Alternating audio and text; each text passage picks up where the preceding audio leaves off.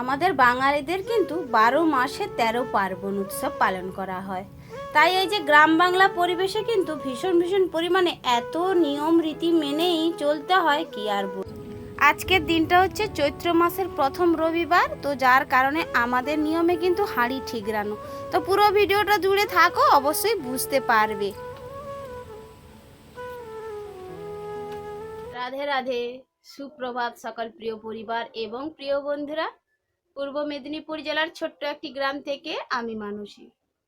বন্ধুরা, তোমরা যে যেখান থেকেই আমার ভিডিওটা দেখছো, আশা করি খুব ভালো আছো। তোমাদের ভালোবাসা এবং আশীর্বাদে আমি কিন্তু ভীষণ ভালো আছি। আর এই যে দেখো, সকাল সকাল একেবারেই তোমাদের সামনে আসতে পারিনি, এই কারণে আজকে না শরীরটা ভীষণ খারাপ করছিল। হঠাৎ করেই শরীরটা এতটাই খারাপ লাগছিল, মানে ঘুম থেকে ওঠার পরেই না কোমরের যন্ত্রণা আর পিসির দ্বারা যন্ত্রণা ভীষণ পরিমাণে হচ্ছিল।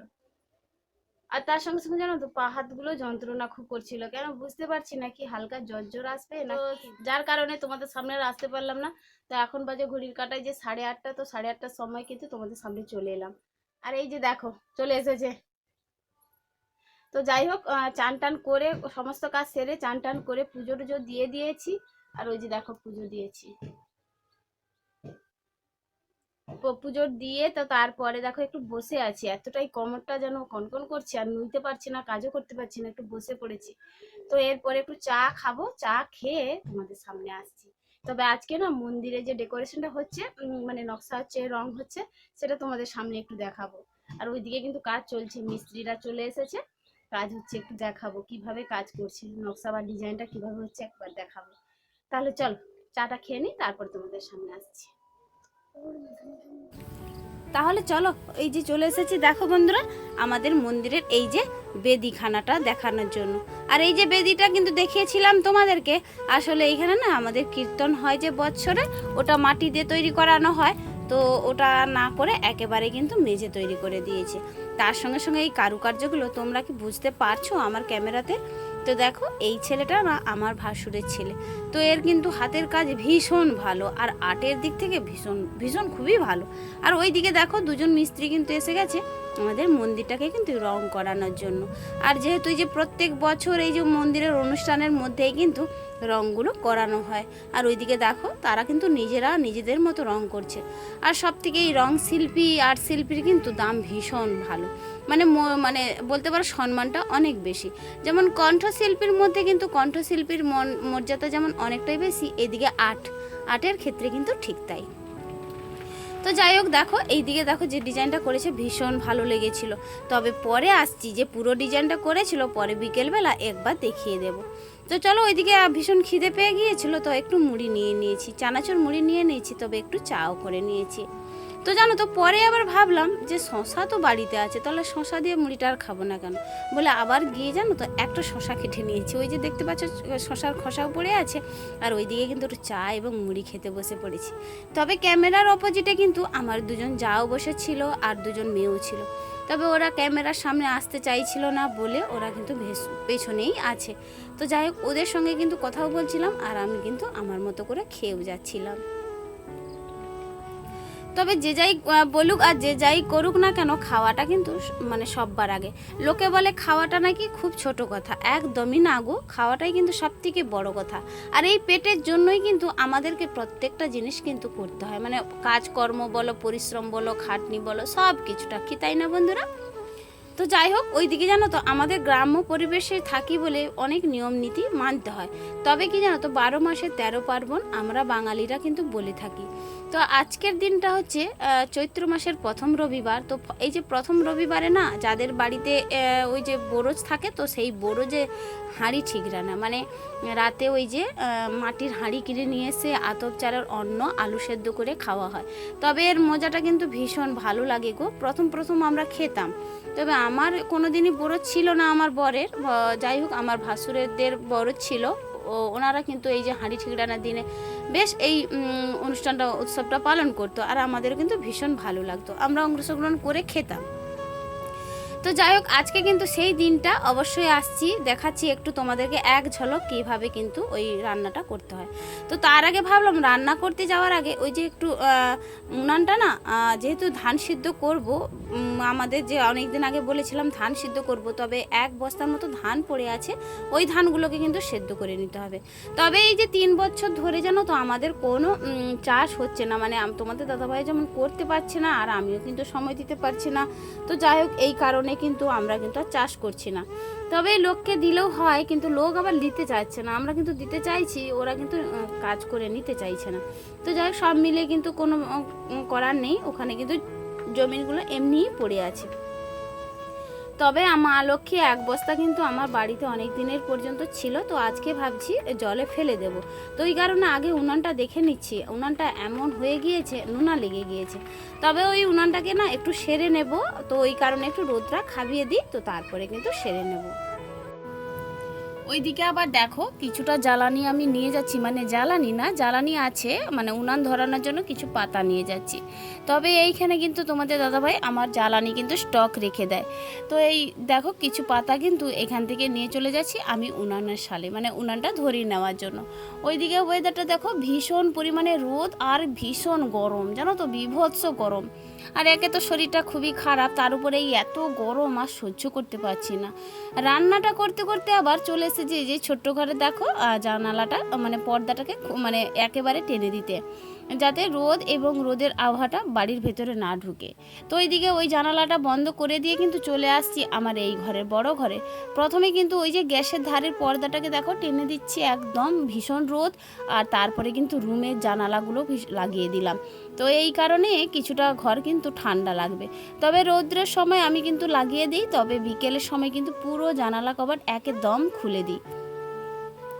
তো এইদিকে রান্নাটা কিন্তু কমপ্লিট করিনি, রান্না করতে করতে কিন্তু এই কাজগুলো করেও নিলাম।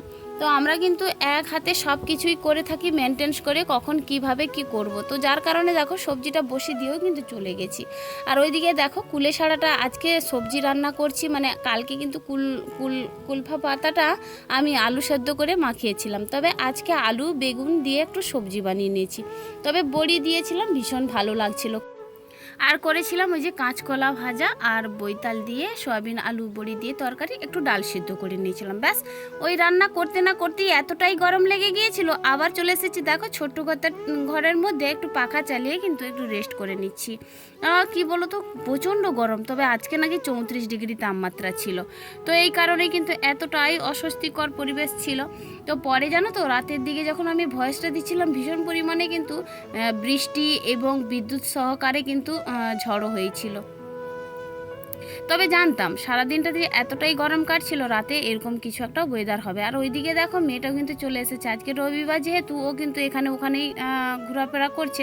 তো আমার সঙ্গে সঙ্গে ও কিন্তু একটু পাখা চালিয়ে কিন্তু রেস্ট করছে, আর ওইদিকে কলা ভাজা খাচ্ছে, তোমাদেরকে দেখাচ্ছে। তাহলে চলো, অনেকটা সময় পরে ফিরে এসেছি। তবে রান্না বান্না করে কিছুটা রেস্ট নিয়ে কিন্তু চলে গিয়েছিলাম একটু ডিউটিতে। তবে ওখানে লোকেশন ট্র্যাকটা করে চলে এসেছি বাড়িতে, এসে কিন্তু খাওয়া দাওয়াটা করেছিলাম। তবে খাওয়া দাওয়া করে একটুক্ষণ রেস্ট নিলাম, তো বিকেলের কিন্তু কাজকর্ম এখন লেগে পড়েছি। তবে ওই যে উনানটা যে সকালবেলা খুলেছিলাম না, উনানটা ভাবছিলাম একটু সেরে নিই। তবে আজকে যদি সেরে নিই, কালকে কিন্তু রোদরা পাবে, পরের দিন কিন্তু আমি সেদ্ধ করব। তো এত বড় উনান দেখে কিন্তু আমার ভীষণ ভয় লাগছে। তবে উনানটা কিন্তু আমার নিজস্ব হাতেই গড়া ছিল গো, আমার কিন্তু এতে কোনো ভয় নেই। তো আমি তো নিজেই গড়েছিলাম, তো ভয়টা এটাই যে নুনা যেহেতু লেগে গিয়েছিল, তো আমি এটাকে সারবো কীভাবে, ও তো পড়ে যাবে। তবে বেশ সুন্দর করে আস্তে আস্তে করে কিন্তু কাজটা করেও নিয়েছিলাম, পরে কোনো অসুবিধা হচ্ছিল না। কিন্তু একটু যে জিনিসটা ভয় ভয় করে করবে না, সেই জিনিসটা কিন্তু সত্যিকারেরই খুবই ভালো হয়।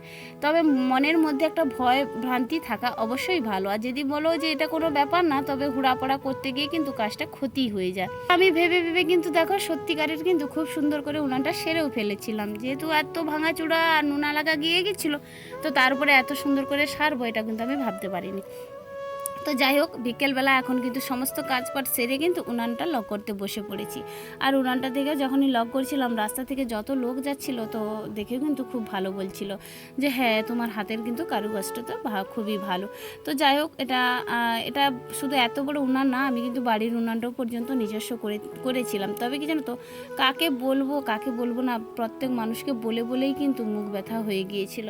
তবে কেউ করে দিতে না চেয়েছিল, তো নিজে বলেছিলাম যে আমি দেখি না, চেষ্টা করে দেখি, তবে চেষ্টার ফল কোনোদিন বিফল হয় না। তো এই কথাটা আমি কিন্তু মাথায় রেখে কাজ করেছিলাম বলেই কিন্তু আজকে সফল হয়েছিলাম, মানে যেমন উনানগুলো গড়তেও পেরে গেছি।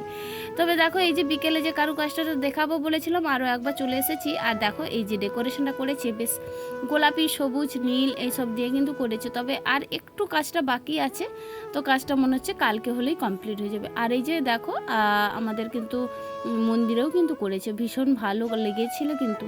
আর এত ভালো লাগছিল যে তোমাদের সামনে একটু শেয়ার করব না, এই ভেবে কিন্তু দেখো আমি তোমাদের সামনেও একটু শেয়ার করতে চলে এসেছি। তবে এখন কিন্তু সন্ধে হয়ে গিয়েছে, তো খুব তাড়াহুড়ো করছিলাম সন্ধে দেখানো যাবো বলে আর কি। তবে একটু তোমাদের সামনে শেয়ার করে নিই, তো তারপরে আসছি সন্ধে দেখানোর জন্য। আর এইদিকে দেখো, সন্ধে দেখে আনার জন্য আমি কিন্তু বাতিটা জ্বেলে নিলাম। তবে দেখো বন্ধুরা, আমি কিন্তু এইভাবেই কিন্তু বাতি জ্বেলে সন্ধে সবসময়ের জন্য দিয়ে থাকি। তবে আমি সরু বাতি করি না, সরু বাতি আমার ভালো লাগে না। তবে এইরকমই বাতি করে সন্ধ্যা দিতে কিন্তু ভীষণ ভালো লাগে। তো যাই হোক বন্ধুরা, তোমরা কীভাবে এইভাবে দাও কি না বা বাতিটা করো একটু জানিও। তবে ওই যে বলেছিলাম না, আমাদের 12 মাসে 13 পার্বণ বাঙালিদের উৎসব, এইটা দেখো। এই যে আজকে চৈত্র মাসের কিন্তু প্রথম রবিবার হাঁড়ি ঠিক রান্নাটা এইভাবেই কিন্তু হয়ে থাকে।